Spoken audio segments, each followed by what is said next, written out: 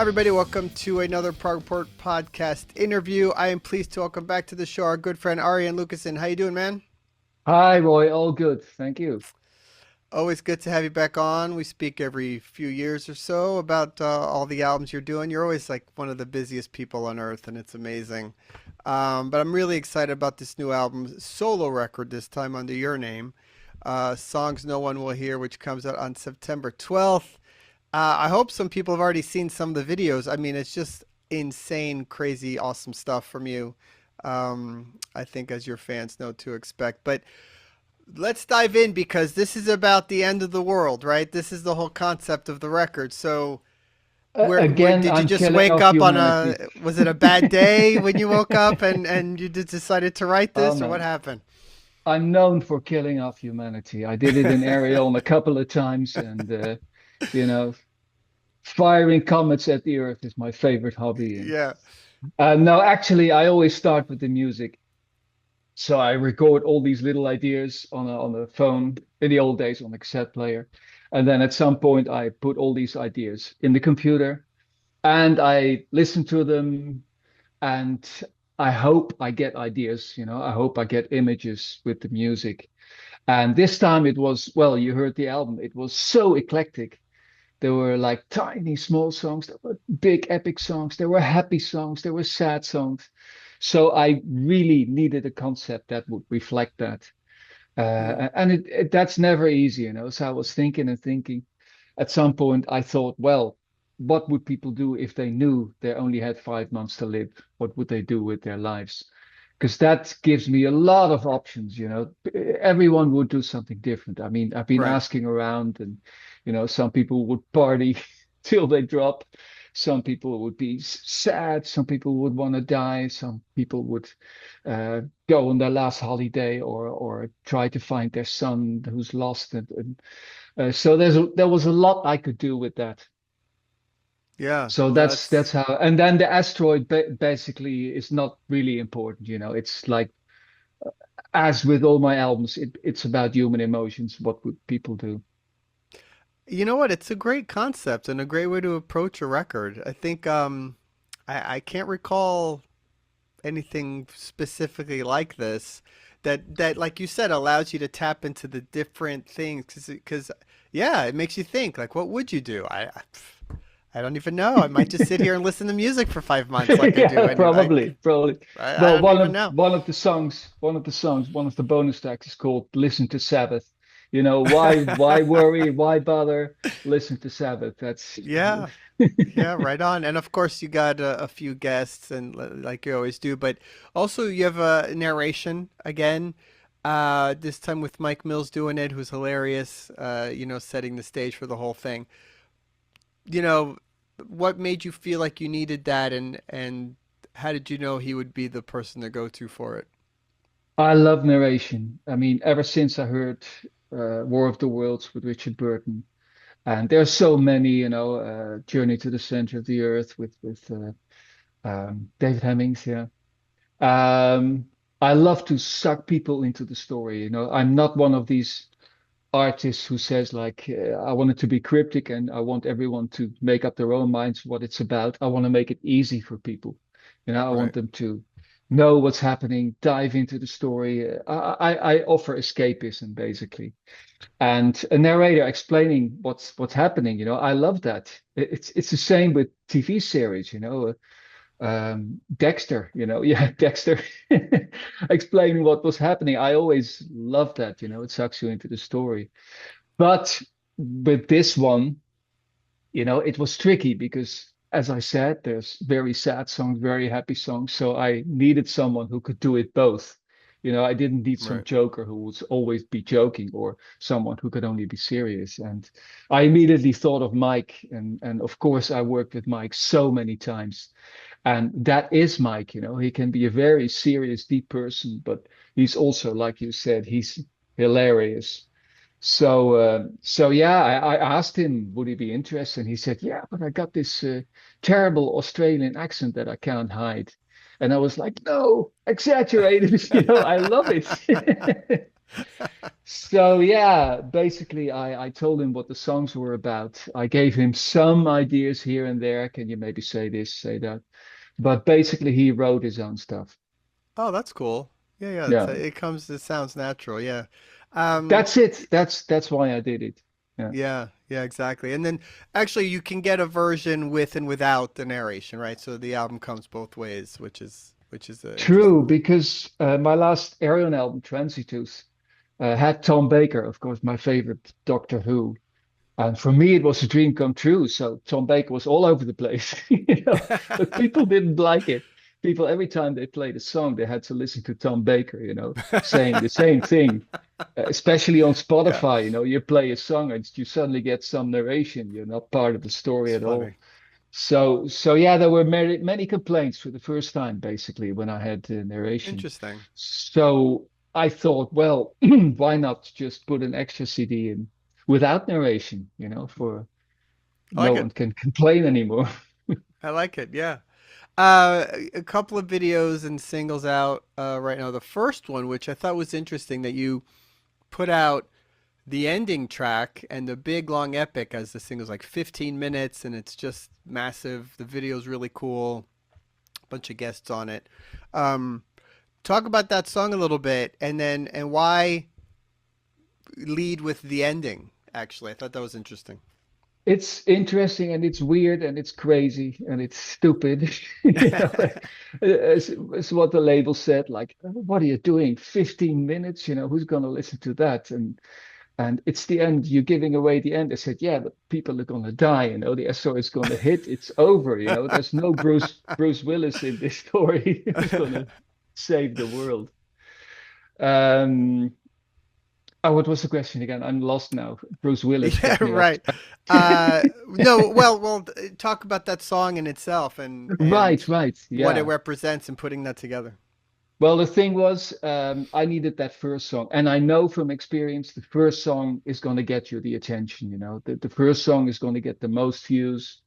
And if they don't like that first song, it's over, They're not going to check the second one. There's so much music now on offer.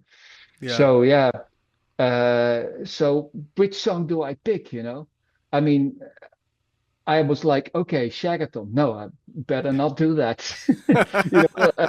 Maybe, maybe goddamn conspiracy. Yeah, wow, that's cursing, swearing. It was so hard. None Right, of the okay. tracks really represented the album. But this track, But that one because it's does, yeah. minutes and it's got so many moods and so many different styles. And really, it was the only one where I would be like, if fans hear this, they will get interested and they would want to hear the rest of the album. So Yeah, I think that makes sense. I mean, that's right down the lane of what you do. So fans totally, I think they dug it right away. yeah, And yeah. what, listen, I had a band tell me the other day that they wanted to put out they had this longer song and they felt that they should cut it down to like 5 minutes because that's better as a single. And I said, this is Prog. It doesn't I matter. know, I know. It doesn't matter, You're and I not don't. getting on you're not getting on top 40 radio with this. So That's who it. That's cares? it. I tried it. Been there, lost. It's not gonna happen. Exactly. Yeah, no, it's better. The longer, the better, really. I mean, The longer, the that's better. And if they don't want to listen to the whole song, fine by me. I right. think anyway for YouTube views, I think it's 20 seconds or 30 seconds. So just watch 30 seconds of it and I get my view. Right. I always wonder about No. that. So what made this be a solo album versus doing it under Arion? What makes that decision for you? The biggest difference, of course, is the vocals. Um, as you know, with Arion, I mean, I had one album with 20 singers on it. Right. Usually it's around between 10 and 20 singers. Basically, I start every album as a solo album because I can do whatever I want. It's egomaniac. It's 100% me. But then, oh, I can't sing this. I need Russell Allen, or I can't sing this. I need James LeBrie or whatever. Um, so I keep inviting guests, and it's not a solo album anymore. But with this album, I was like, really, this should be a solo album. It's been 13 years since my previous solo album, Lost in a New Reel. And also, I did a lot of albums for other people last year. I did the album for Simone. I did an album, Plan 9, which was basically for the singer so he could tour. So I think it was time to do something for myself. And so, yeah, I think I have some guests, of course, on vocals, but I think 80% of it I sing myself. And It I'm sounds not a great, man. power. You sound Oh, great. thank you. Yeah. Yeah. Uh, I know my limitations by now, but I also know I'm not Dio, you know. I'm not, I can't sing powerful and epic and big. So, of course, the music reflects that, you know. The music is more ambient, I guess, more atmospheric. Um, yeah, that's the big difference. Well, that's where you bring someone in like Floor to do We'll Never Know, and it's just massive, right? I mean, incredible vocals on there. It's true. It's something I could never do, and that song needed a climax, you know. Otherwise, it would have been a boring bastard. So I really needed to work to that climax, and I could not sing that. And I was like, there's only one person who can do that, you know, the best singer in the world, Floor. And I was hoping because That she's, middle section is just like thank you. goosebumps, you know? It's so good. Yeah, and she's a mother herself, so I was hoping that she would love the story, which is about a couple who are expecting a little baby girl. Yeah. Um, but you know, the asteroid is coming, the end of humanity is near. They will never know what she would be like. And I explained the story to her, and she loved it. She was like, "Oh, I want to do this," and she loved the song. And you can hear it, you know. She put like extra emotion in that, especially that last note. You know, I got it here, and I was like, "Oh my God!" Yeah. That's great. Anybody, if you hasn't seen that or check out that track, it's incredible. Um, yeah, man. So you also have coming up the Arion 30th anniversary. It's in September, right? Um, Yeah. talk about that because that looks like it's going to be incredible. Yeah, it's going to be huge again. It's harder and harder to come up with something new, you know, especially the opening. So we work on it for 2 years, and a year ago we did the pre-sale, and it's always we're always like, oh my God, you know, this time it's not going to work. This time we're not going to Right. sell out, and we thought like, okay, let's immediately try start with 5 shows and see what happens. And within 5 minutes, 15,000 tickets were gone, which Unbelievable. which means that we can invest a lot in the show. Um, so yeah, we got the whole set figured out. It's going to be a huge setup with a huge LED screen and of course the lights and the pyros and lasers and everything. A lot of surprises this time. And as always, we're going to turn Tilburg, where the venue is, O13. We're going to turn it into Arion City. You know, there's going to be Arion Cinema, where Arion movie. There's going to be Arion burgers in all the hotel, and there's going to be Arion beer and Arion flags all around the city, and Arion karaoke, and so because you know So cool. they come from 65 countries, and a lot of them, of course, stay a couple of days. So we want to just make it as cool for them as possible. So. That's amazing, man. That's got to make you feel so good to have so many people care enough to come and hang out for a few days and do that kind of thing. It's unbelievable. Good and nervous at the same time. Well, you know they're gonna like it. That's, a problem. I mean, I know, but still, you know,